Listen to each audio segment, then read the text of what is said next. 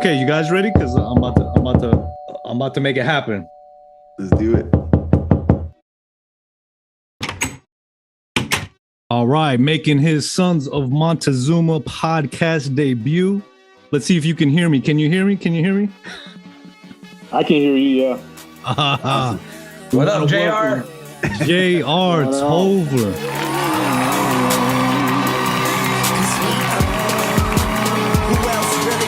Fuck with Hollywood Cole. I'm with Marla G, bro. Flying Holly Grove chicks to my house. Oh, man. How you doing, fellas? Legend in the house. Oh, man. A legend in my own mind. Don't give me that. We got the all-time Aztecs receiver, all-time Mr. Wide Receiver himself, JR Tolver. Welcome to the Sons of Montezuma Podcast, man. Hey, man, I appreciate you having me, man. It took us too long to make this happen, so I'm excited to be here, you know? That's my fault. It's been a long season, man. And anybody who knows, you got them all bested on the all-time charts, man. I'm looking at the stats, and you're like leading in every single category, man. This is almost every single category. Yeah, it's crazy, man. I mean, I came to San Diego State. I played quarterback in high school, but I came to San Diego State as a wide receiver because I saw what the receivers at San Diego State did. Will Blackwell, Aztec, Leandrew Childs, Lonnie Mitchell, Damon Gordine. I mean, these are all guys that I was watching in high school. I said, well, shit, if I'm going to switch positions, I'm going to go there because those guys are killing it. And, you know, I want to go there and be as good as I can be, behind those guys. But you're right. We had a great run of legendary Aztec receivers. And, man, I was just right place, right time. I was happy to be a part of it, you know. We were all there at the what was it, the Mission Valley vote party. Yeah. I know we were all there. Yeah. We were all getting a little saucy.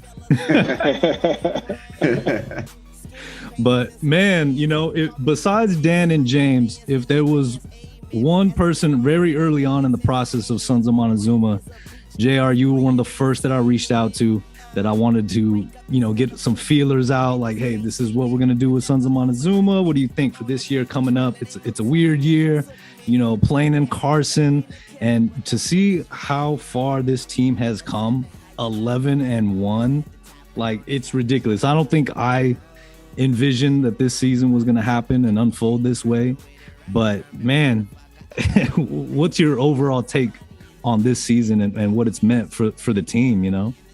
You know what's crazy, man, is it's hard not to give 90% of the credit to Brady. I mean, this is his encore. He came in at San Diego State. He did it once before. He broke our hearts when he left and went to Michigan. Again, looking back on it, we can all probably understand, you know, why that decision made sense for him and his family and his career. But Brady just does a great job of building, I think, these mid-major programs. You know, he did the same thing at Ball State, came over to San Diego State, and I think he attracts kids that have a chip on their shoulder, right? So he's not getting that 5-star kid or that 4-star kid. He's getting that 2 or 3-star kid who's probably a 4-star, but hasn't gotten the recognition that he deserved. And I think Brady kind of comes in there and really plays to that chip on the shoulder type of a talent, a kid that's good, but you know, because of his attitude and his mentality, his work ethic, he's going to be really good. He's going to play really pissed off when he plays against these bigger schools because they all passed on him. And yeah, man, if you know anything about Brady, you know he's a hell of a recruiter. And I think San Diego State is giving him all the tools that he's needed to accentuate his strengths, which is the ability to recruit that tweener kid, the kid who is probably a 4-star, but the world sees him as a 3-star or a 2-star.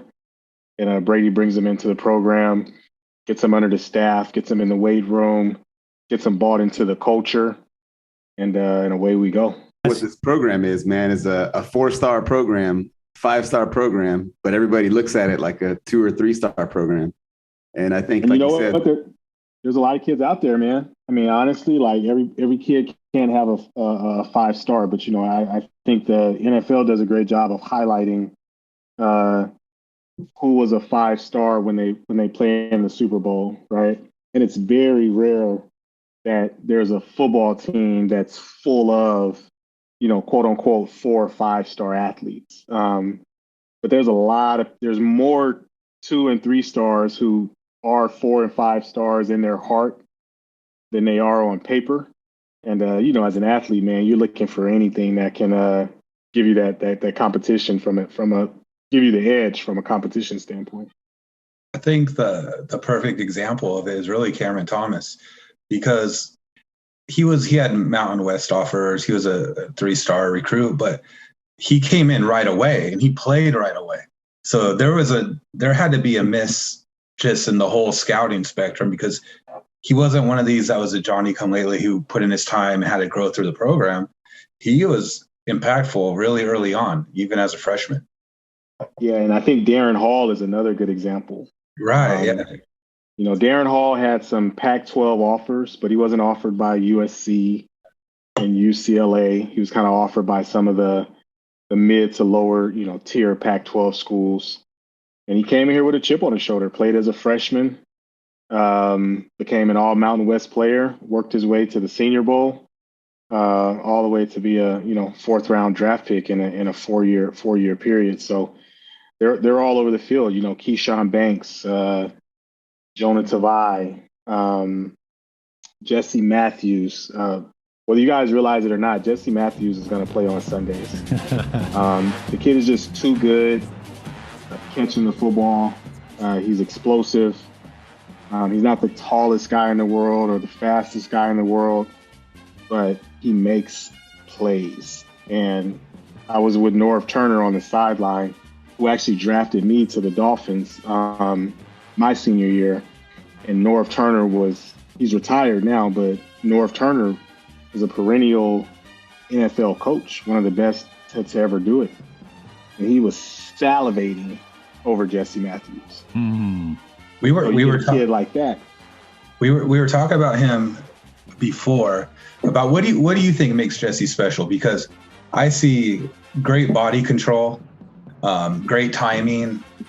You mentioned his speed, and I can't really tell how fast he is yet, or I don't know what his 40 time or whatever is. But what makes him special to you?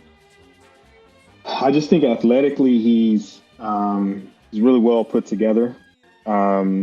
He has one of the highest verticals in the Mountain West, not just on the team, in the Mountain West. So he's very, very explosive. He's a hard worker. If you hear anything about him and how he approaches the game, number one, he loves the game. Number two, he legitimately works his tail off. And finally, the kid catches everything. I mean, Jesse dropped the ball against Boise State, and that was the first pass he's ever dropped as a collegiate athlete. I mean, the kid catches everything. Easy catches, hard catches, impossible catches. If you give him a chance to catch the football, especially in a 50-50 situation, he's going to make it 80-20, 90-10 pretty easily. So, and that's what the NFL is all about. It's about making plays. And once you get there and you get into practice and you get into the locker room, they could care two shits about where they drafted you or what school you came from. If they put you on the field and you make plays, they'll keep putting you on the field. And I envision Jesse having a pretty good NFL career based off of the way he plays the game. Now, let me ask you this, because you've already touched on two of the topics I wanted to ask you, man. Coach Hoke. Telepathy. Yeah. Coach Hoke and obviously Jesse Matthews. But when it comes to the passing game and Jesse Matthews in particular, right? When it comes to the quarterback position, the back and forth between Lucas Johnson and Jordan Brookshire this season has been something that maybe other teams would not be able to handle and survive in the locker room. And so when you got talented receivers, to me, that was one of our strengths coming into this year was our receiving core, our tight ends Bellinger. Mm-hmm. When that early success isn't there and those numbers aren't there, I mean, what else does that say to a young receiver, talented receiver that, you know, being a positive example in the locker room that, hey, tough times are here right now, but you see the passing game now, I mean, it's, you know, it's still not amazing. Let's not blow things out of proportion, but man, it's night and day different than what we saw at the beginning of the season. Yeah, it really is. And I think that's what happens when you're winning football games. If you're a true football player, yes, of course, everybody's Keyshawn, right? Give me the damn ball. We all want the football. But at the end of the day, if you're winning football games, you can't complain. You don't have the right to, right? Usually we complain about not getting the football because we feel like if you were getting me the football, I could help us win games, right? And the fact of the matter is that the passing game wasn't what anybody wanted it to be, but the Aztecs were winning. And so I think that room under the leadership of Coach Cooper was forced to shut up. And it wasn't something that they were satisfied with, but it was something that as a team and as a room, they had to play their role in the success of the team. And again, when you're winning football games, you can't complain, man. You really can't. I mean, we as fans can, right? We can sit here and say, hey, we think we should do this or do that or throw the ball more or what have you.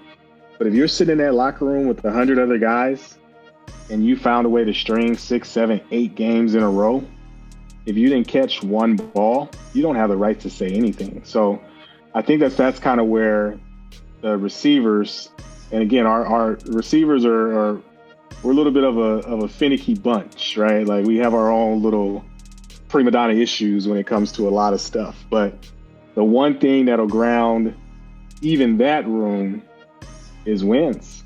And so, you know, I thought it was really cool that what we did see from that room was nothing. We never saw Jesse showing up the quarterbacks or Kobe showing up the quarterbacks, right? We never saw that. We never saw guys yelling at each other on the sideline because at the end of the day, the goal is to win the game. And they were doing that really well without even having a passing game to kind of lean on. What really impressed me about that receiving group early on is the way they were all physical and run blocking. Even though they weren't getting the ball, normally, when you get fed, it's easy to give that extra effort when you're run blocking, when you know you're going to get some passes later on.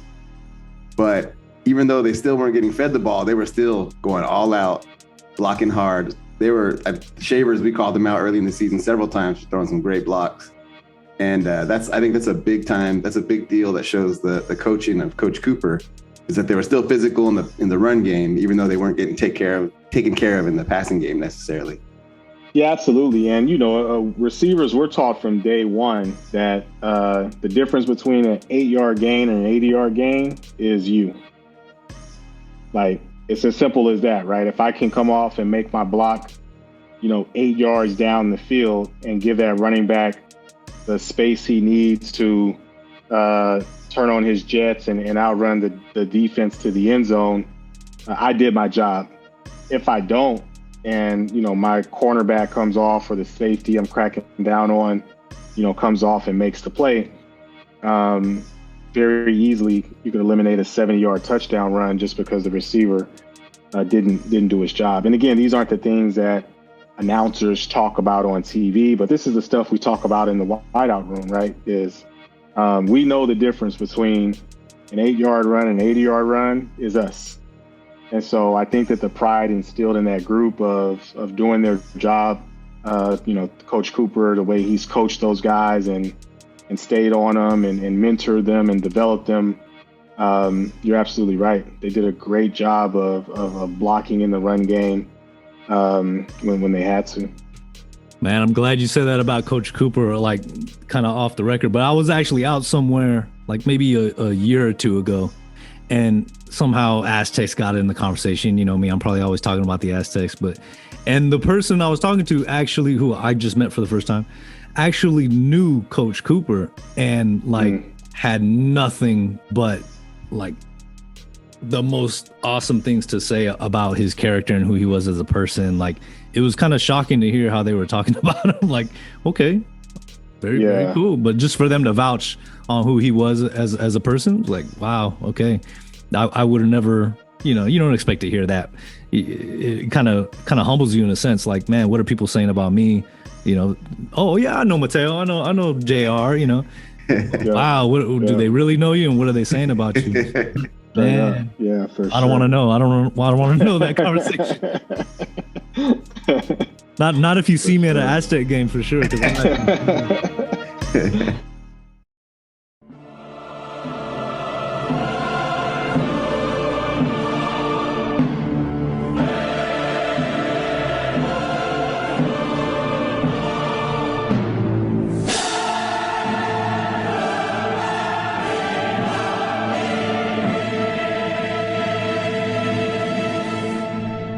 Okay, so we're obviously talking to somebody who knows about the passing game. So for this championship game coming up, I feel like my co-hosts here are really confident in our abilities to get by Utah State, and me, I'm kind of stressing myself out a little bit because Utah State, they throw the ball a ton. They're not scared to take deep shots all the time. They run a high tempo offense. So what is your like initial take on Utah State and their passing game and maybe some of their effectiveness that the Aztecs defense is gonna have to be disciplined on? Man, I think everybody that San Diego State has played this year that was a good passing team got neutralized. And I think it's because they underestimate, and not really underestimate. You don't know how good that front seven is until you get on the field with them. It's really the front six, right, with the 3-3-5. But Keyshawn Banks, Cam Thomas, and Jonah Tavai are as good of three defensive linemen on a football team that you'll see. And Saguna Luby and Caden McDonald. I mean, those guys are phenomenal. Like Michael Shawcraft comes. Like those guys are phenomenal tweener type athletes. They run like safeties, but they play and they hit. Like linebackers. And then you go into the secondary and you got Trenton Thompson, who today I kind of compare to Cam Chancellor, right? And again, I know that's a little bit of a lofty comparison per se, but if you look at the way Trent plays and his body type, he's very similar to Chancellor. He's long, he's strong, he can cover, he comes down and hits. And he's intense. If you watch him play, he's an intense guy.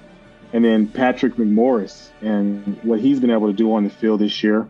And then, the other side of the corner, Noah Tumblin and Noah Avenger and, those guys stepping up and making plays when they get the opportunity. So tell me where the hole on the defense is, right? Like what's the weak spot on the defense? And again, when you have a front six that can get as much, I mean, really, you're talking about three people that are providing all the pressure.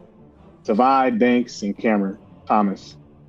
When you got three people that can pressure a quarterback more than 20 times in one game, it makes everybody else's job a little bit easier. So, I don't fear a football team that can throw the football, again, because of the way we pressure. Now, what I think San Diego State does struggle with, and if we look at the season, it's that dual threat quarterback, right? We struggle with Nash. Somebody who can break the pocket. When you break the pocket and you only got three defensive linemen, there's a little bit more space to maneuver. Yeah. The kid from Hawaii, the kid from UNLV, before he got hurt, right? So I think that's really kind of the Achilles heel in that 3-3-5 defense, is having a mobile quarterback who can run and or pass. Because again, if you can break out of the contain of Thomas, Banks, and Tavai, you can buy yourself a little bit more time. And Utah State's quarterback is not that guy, right?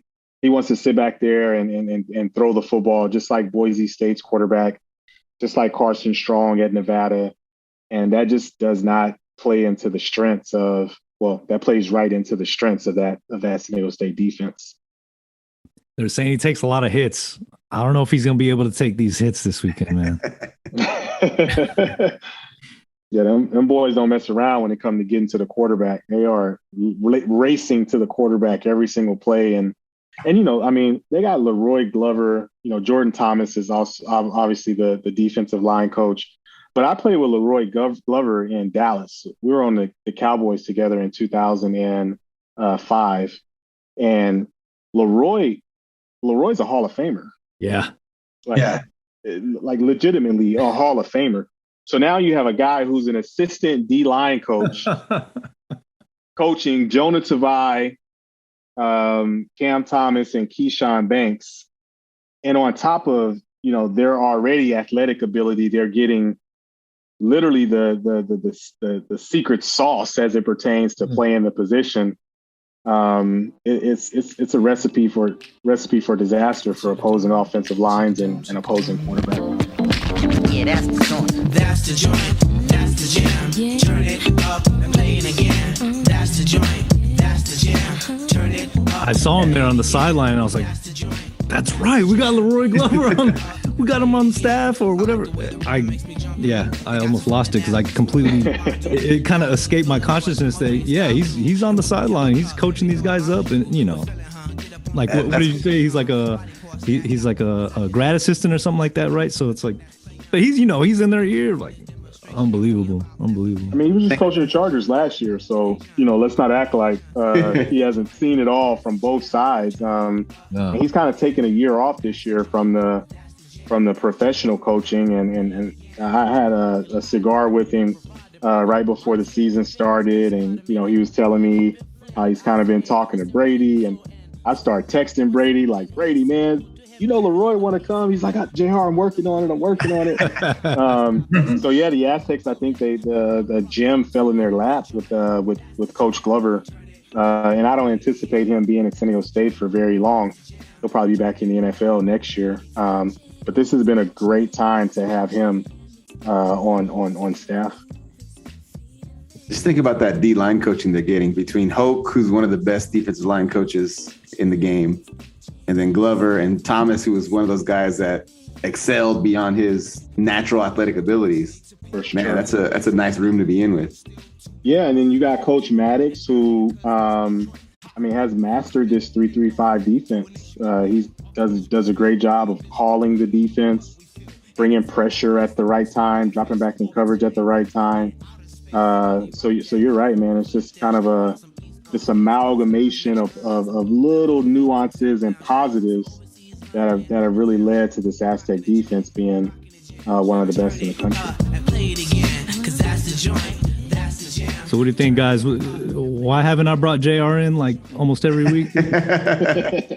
Man, we don't want to waste his time with our little nonsense podcast. You guys are doing great stuff, bro. Like Sons of Montezuma, I think it'll be a household name if you guys keep consistently putting out the content here. It's been great to see knowing that the podcast is coming out on a weekly basis, knowing that the content is dropping on a weekly basis. The name is so dope too, right? So it's very easy for us to kind of wrap our head around it. But yeah, I think you guys will be a household name here as long as you keep being consistent with putting out the content, Man, you got Hall of Famers like yourself, and like I was saying, Swanee, whoever, like Kyle Turley, David Lowery, like these cats are they see it and they recognize like Sons of Montezuma. That's for me. That's the Aztecs football. Like it represents us. It's ingrained in the culture. So big work, man. I really appreciate that. I appreciate your support. So wait a minute. So you and Costa do the pregame every single week, right? And that's, what is it? The march to kickoff? Is that what it is? Yeah. So we do 2 hours. So we do a pre and a pre. But yeah, Aztecs march to kickoff. It's always 2 hours before kickoff on Extra Sports 1360.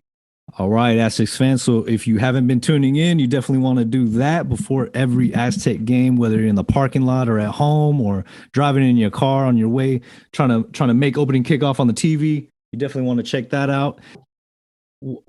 Is there something that SDSU is like because I'm pretty harsh when it comes to SDSU in their like marketing, like a lot of people are, but I think they've done a great job lately. But just when it comes to the media, it feels like a lot of personalities, whether it's on air or on the news or just in and around sports. I mean, there's some older guys that probably should be on their way out that are just, they don't put the university in the right perspective. So, I mean, do you think like it's a SDSU shortcoming? Like, why is there not a pipeline from the university? You got KPBS there, you got the Daily Aztec. It seems like there should be a natural flow into the local sports media. Like there should be a pipeline, just like we have with actual players. There should be some type of a grooming process with some of these personalities, because so many times we hear on air or on screen, you got all these transplants coming in that have no SDSU ties. They have no allegiances to San Diego as a city. They're coming from NorCal. They're coming from East Coast, and they're getting these primo spots to talk on air, all whatever they want to talk. And I just feel like that needs to change, but it has to be like a concerted effort, like so many things that SDSU strategically has done lately.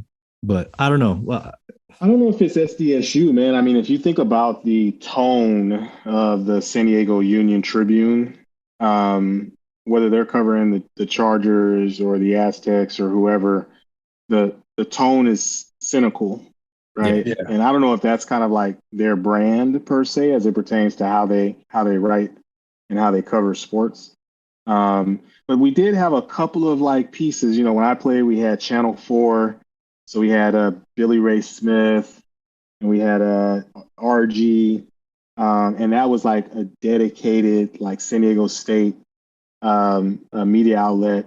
I think Extra Sports, I think we do a great job of really like promoting San Diego State. But again, that's a partnership between Extra Sports 1360 and the Aztecs. So to your point, maybe the university could do more to create these partnerships that really highlight the program. That's why I'm so excited. My wife calls the pregame show my seasonal job. She hates it. But I love it, right? Because I have the ability to, number one, I care about the program so much just because I've been through it. But number two, I have like a base of knowledge from the past that I can draw to the present. And I think it makes the ability for me to give my perception. I can connect with a lot of people in that manner. So on the radio, I think we do, a pretty good job. Costa's a San Diego State alum. Rich Ornberger is not a San Diego State alum, but he played for the Chargers, and he's kind of surrounded by us. John Schaefer is also another great guy that does a phenomenal job. Again, not San Diego, but I think having that partnership and then having a mix of people who understand and know the university, working with other great professionals, other great journalists, professionals, it creates a great mix. We don't have that, I don't think, at this point on TV. So maybe that's kind of the next step for the university, is to create a partnership on TV or podcast or whatever it is that continues to promote the university the way it needs to be promoted, from people who been there and care and obviously know what they're talking about, No, I was just going to say that John Schaefer and Rich Ornberger have really bought into San Diego State. Like, they're like, you feel the passion from them when they're talking about it. So it goes to show you that you don't have to necessarily be from San Diego or go to San Diego State, because Schaefer in particular, man, that guy loves the Aztecs just as much as we do. And Ornberger speaks with such passion. We can't let the few that aren't like that kind of cloud the judgment, especially 1360. And it's hard because, right, it's like the few that aren't like that are in probably the bigger, again, the UT is the big boy, right? So it'd be cool if we had some sort of influence within that outlet, because obviously it's the biggest outlet that gets the most attention here locally. So, but I think you're right. Again, I'm kind of verbally processing, but I think maybe creating those intentional partnerships with some of these media outlets could go a long way. Well, I got ideas, man. I like where your head's at, though. Like, I think visually would be a really big thing. Well, JR, it's great to have you on the Sons of Montezuma podcast. I look forward to having you on again if you'll join us. Win 22. Let's make it happen. I'll take that as a yes. I'll take that. Let's do it. All right, JR. Thank you again. Go Aztecs this weekend. Thanks, JR. Thanks, JR. All right, fellas. Good to see you. Take care. Tell me how you love it. You know you at the